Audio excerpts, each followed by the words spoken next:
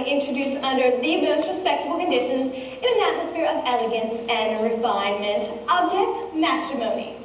Unfortunately, I won't be able to offer my usual lighting service today, as I have a previous engagement in Yonkers, New York, arranging the second marriage of Mr. Horace Vandergelder, the well-known half-millionaire. As my late husband, Ephraim Levi, always said, that means he's got at least 60,000 cash. But I shall do my best to have you carried across somebody's threshold before the week is out. Now, I might also mention I'm available for financial consultation, instruction in the guitar and mandolin, short distance hauling, and varicose veins reduced. Call on Dolly. She's the one the spinsters recommend. Just name the kind of man your sister wants, and she'll snatch him up. Don't forget to bring your maiden aunts, but she'll put you up. Call on Dolly. Mrs. Levi. Mr. Kemper, the artist.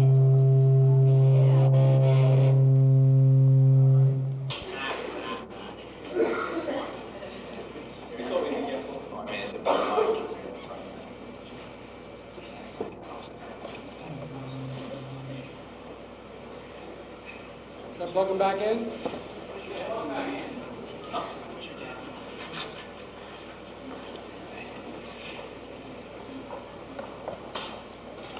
Mr. Kemper, the artist. You know, I'm something of an artist myself. I do those silhouettes with scissors and black paper. I had one here of Ada Rayhan looking the other way. I have to do them like that because I'm just no good at noses. Mrs. Levi, the train for Yonkers leaves in 5 minutes, and if we don't get there on time... But we will, Mr. Kemper. And not only will Horace Vandergelder give you permission to marry his niece Ermengarde, but he will also dance at your wedding. And not alone either. For I happen to be engaged in finding him a suitable second wife himself. What he really wants is someone steady to clean the house. So, as my late husband Ephraim Levi always said, marriage is a bribe to make a housekeeper believe that she is a householder. I know all about it, Mrs. Levi. Half New York says he's going to propose to Mrs. Irene Malloy this very afternoon. Which is exactly why I'm on my way to Yonkers this morning, Mr. Kemper, and can take on your case and knock off 4 lovebirds with 1 stone. Or whatever I'll throw, I'll see. Well, what do you think of that? I seem to have nothing here to pay my train fare with. Only large bills, 5s and 7s. I have some change here somewhere. I only hope this isn't a wild goose chase, Mrs. Levi. And speaking of poultry, I'm also available for fresh Jersey eggs, surgical corsets reboned, ears pierced, pierced ears replugged. Mrs. Levi.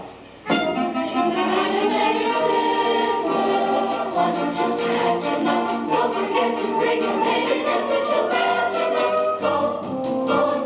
Dolly.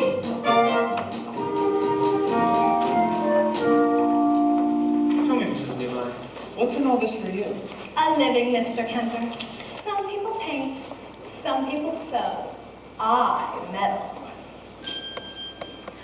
I have always been a woman who arranges things for the pleasure and the profit it derives.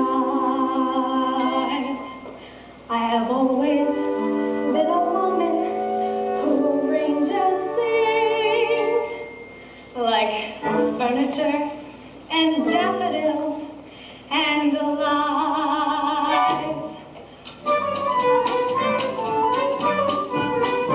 When a man with a timid tongue meets a girl with a diffident air, why should the tortured creatures beat around the bush when heaven knows Mother Nature always needs a little push? So I put my hand in here, I put my hand in there,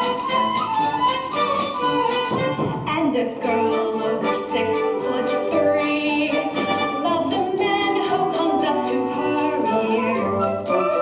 Surely it's obvious she'll never be seduced till some kind soul condescends to give her all a little boost. So I put my hand in there, I put my hand in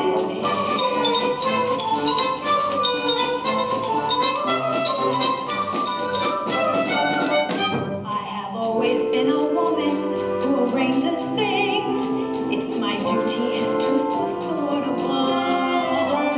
I have always been a woman who arranges things like luncheon parties, poker games, and love.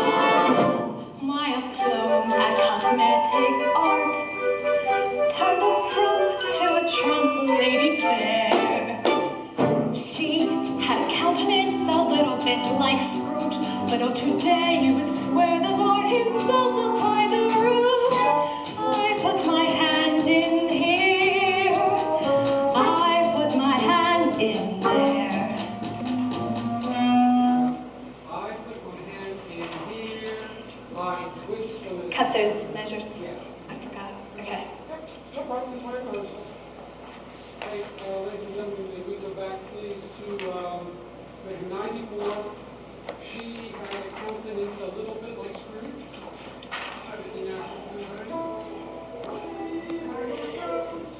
Ready, 94. She had a countenance a little bit like Scrooge, but oh, today you would swear the Lord himself applied the rouge. I put my hand in here, I twist a little, stir a little, whim a little, purr a little, shape a little, mold a little, some poor chap gets sold a little. When I use my fist a little, some young bride gets kissed a little, pressure at the thumbs, matrimony comes when I put my hand in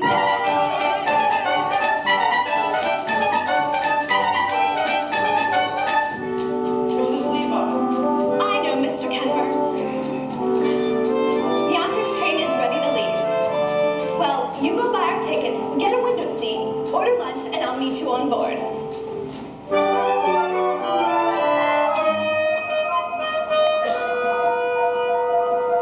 Ephraim Levi, I'm going to get married again.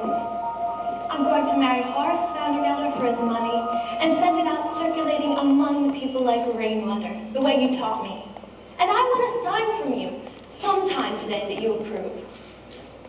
Oh, it won't be a marriage in the sense we had one, but I shall certainly make him happy. One more thing. Mrs. Levi. I know, Mr. Kemper, We'll make that train. You'll marry Ermengarde. Just leave everything to me. Little pinky wiggle, some young maiden gets the giggles. Then I use my index stitch, and they won't be track again. I use my index digit, and they won't begin to fidget. Hurt her with the thumbs. Matrimony comes when I want my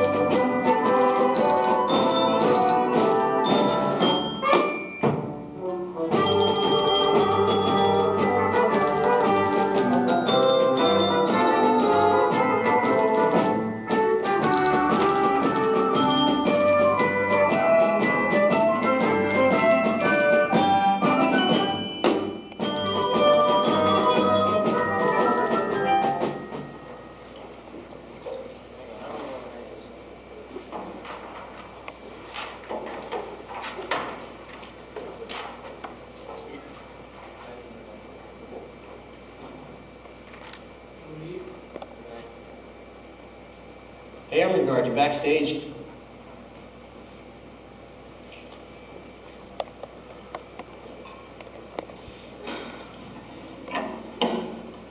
How can I be expected to play Yonkers My Yonkers with all that bellowing in my ears? Oh, I can't help it, Uncle. I love Ambrose Kemper. And I say you're too young to be in love with anybody. Here, take this. Oh, I'm not too young. I'm 17. And in another year I'll be an old maid. And I forbid it. Dare to be an old maid, Ermengarde, and I'll cut you off without a cent. Oh. And don't cry in front of the store. I can't help it, I'm unhappy. Then by thunder, you'll go and weep for a while in New York, where it won't be noticed. Now go upstairs and start packing your trunk. And don't get any tears in the lock. It was just oil.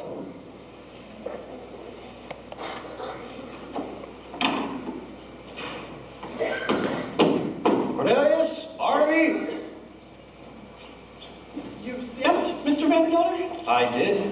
I got news for you both. I'm going to New York this afternoon to march in the 14th Street Association Parade. And when I come back, you're going to have a mistress. I'm too young, Mr. Van Gelder. Not yours, idiot. Mine. I mean, I'm getting married again. And in honor of that occasion, I've decided to promote you, Cornelius, to chief clerk. And what am I now, Mr. Van Gelder? You're an impertinent fool, that's what you are. And I'm promoting you from impertinent fool to chief clerk. Any more questions? Yes. Does chief clerk get one evening off a week? So that's how you thank me for your promotion, is it? No, sir. You'll attend the store as usual. Now get back to work.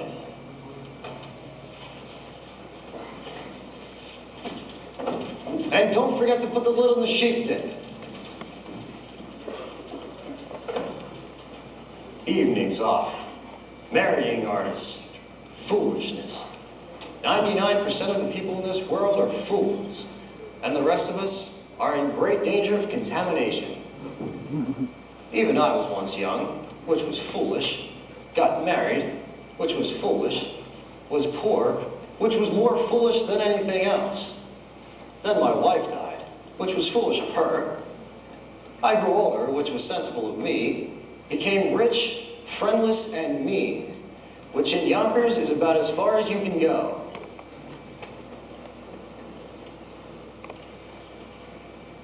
Oh, I know what you must be wondering now.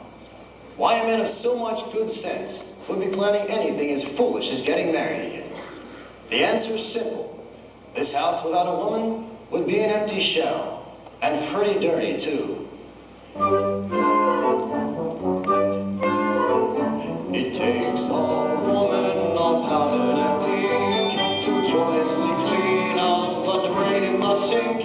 And it takes an angel with long golden lashes and soft resin fingers for dumping the ashes. Yes, it takes a woman, a dainty woman, a sweetheart, a mistress, a wife. Oh yes, it takes a woman, a fragile woman, to bring you the sweet things in life. A frail young maiden was constantly there, washing and cooling and showing the man. And it takes a female for setting the table and reading the dirty and cleaning the stable. Yes, it takes a woman, a dainty woman, a sweetheart, a mistress, a wife. A fragile woman to bring you the sweet things in life. And so she'll work until infinity. 3 cheers for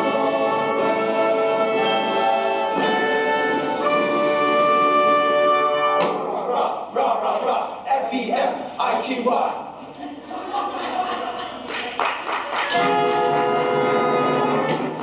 Get out of here!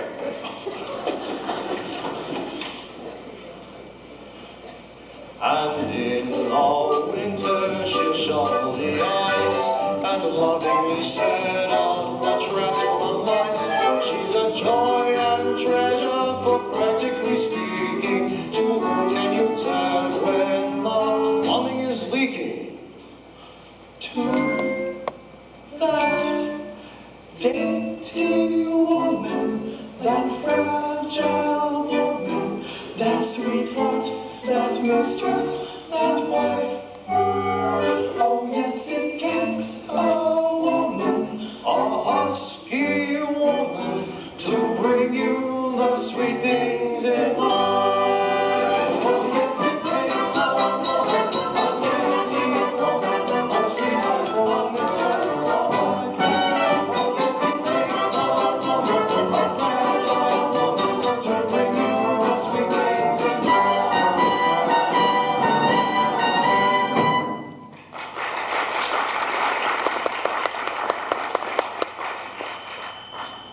Get out of here, all of you, get out.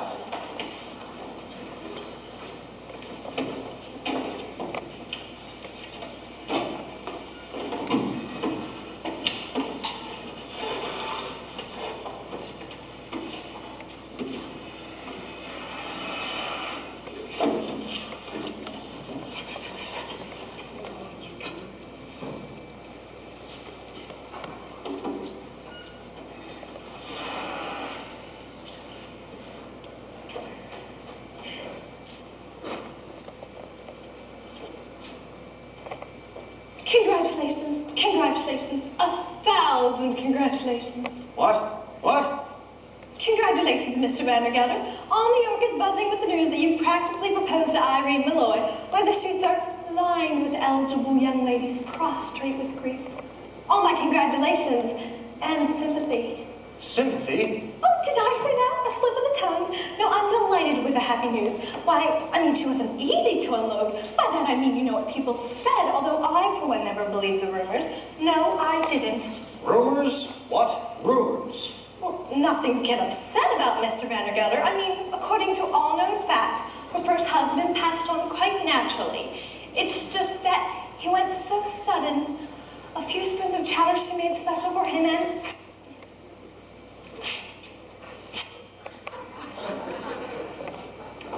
But I'm sure that could happen to anyone.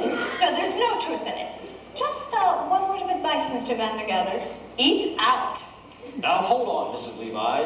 You mean to say that Mrs. Malloy? I mean to say nothing, Mr. Vandergelder. Just friendly advice. Keep away from the chowder. By the way, she's ordered her wedding gown. Beautiful, you should see it. Black. Well, as I said before, Mr. Vandergelder, congratulations on your forthcoming nuptials, and may you rest in, may guardian angels watch over you both, particularly at dinner. Look here, Mrs. Levi. You introduced me to Mrs. Malloy, and rumors or not, I intend on calling on her this afternoon as arranged. Very well then, Mr. Vandergelder. I'll just go back to New York and tell the other girl, the heiress, not to wait. What did you say? Nothing, a word. Heiress. Particulars, Mrs. Levi. I demand particulars. Her name. Her name? Money, Ernestina Money. What a lovely, lovely name. Picture, if you will. Hair as shiny as a newly minted dime. Eyes as big, round silver dollars. Skin, skin as soft and mossy as an old greenback. I can feel her now. Age 19, weight 102, waist 47. Waist 47? That's with the money belt. Now, I could arrange for you to meet this Ernestina this very afternoon. I ain't got time, Mrs. Levi. I got to take my niece Ermengarde to New York until she forgets a certain Ambrose Kemper. Well, I could do that for you, Mr. Vandergelder. I know just how to handle such things. Then I'm marching in the 14th Street Parade. What a coincidence! Guess who's been chosen to ride on the main float, the spirit of 14th Street? Miss Money. Her mother was a cash, you know. All right, Mrs. Levi. I'll meet Miss Money at the parade, but I still intend to pay another call on Mrs. Malloy first. What races you make me run? Very well, Mr. Vandergelder. I'll meet you on that bench across from Mrs. Malloy's hat shop at 2:30 as usual. One more thing, Mrs. Levi. Suppose I don't like Miss Malloy, and I don't like Miss Money neither. Well then, I happen to have one more name on my list. A name I know as well as my own. But we won't get into that now. It'll come up by itself all in good time. Don't you worry about that. But wait till you see Ernestina Horace. A vision, a dream. It takes a woman of powder and pink to joyously clean out the drain in the sink. And it takes an angel with golden lashes and soft resin fingers for dumping the ashes. Yes, it takes a woman. You know, I think I'll have that front room done over in blue wallpaper. Yes, in blue. Ermengarde, Ambrose, come on out here. We've got plans to make.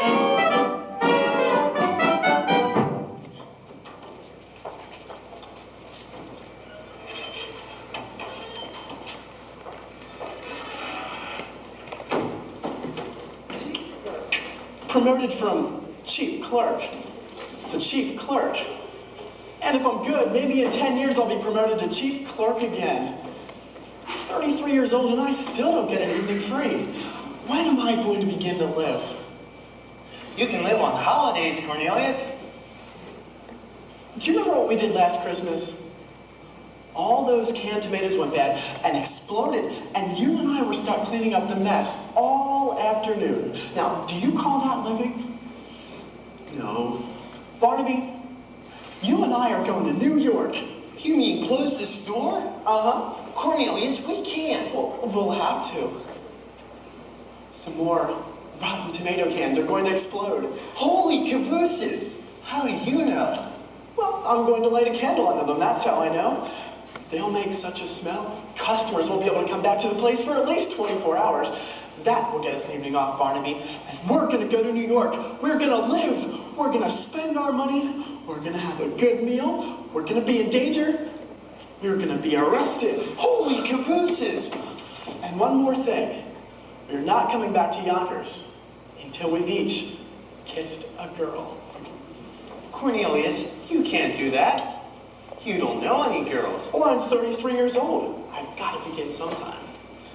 I'm only 17, Cornelius. It's not so urgent for me. But New York, Barnaby, elevated trains, lights of Broadway. The stuffed whale at Barnum's Museum. A stuffed whale? A stuffed whale? What do you say, Barnaby? Yes, Cornelius, yes. Now, the first thing to do is to make you financially independent. I know, I'll find you a job. Can you dance? I'm an artist, Mrs. Levi. I paint. Well then, 1 second.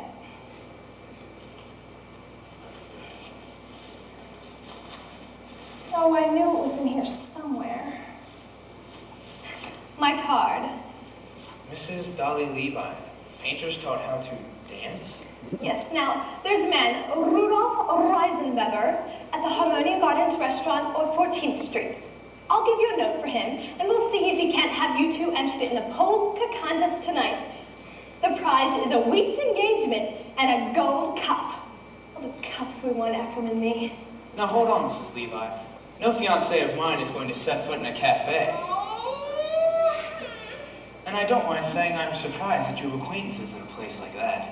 Not acquaintances, Mr. Kemper. Friends. Dear friends from days gone by. My late husband, Ephraim Levi, believed in life, any place you could find it.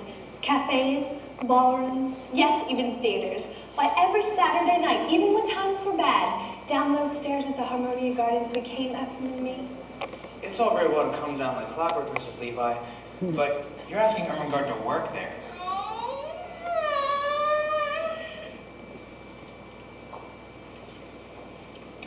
It's the only way to show Horace Van der Gelder we mean business. Now, I'll give you a note. Now, you go to the Harmonia Gardens restaurant tonight and tell them that Mrs. Levi sent you. And incidentally, tell Rudolph that Dolly's coming back. And I want a table for 2 and a chicken for 8 o'clock tonight.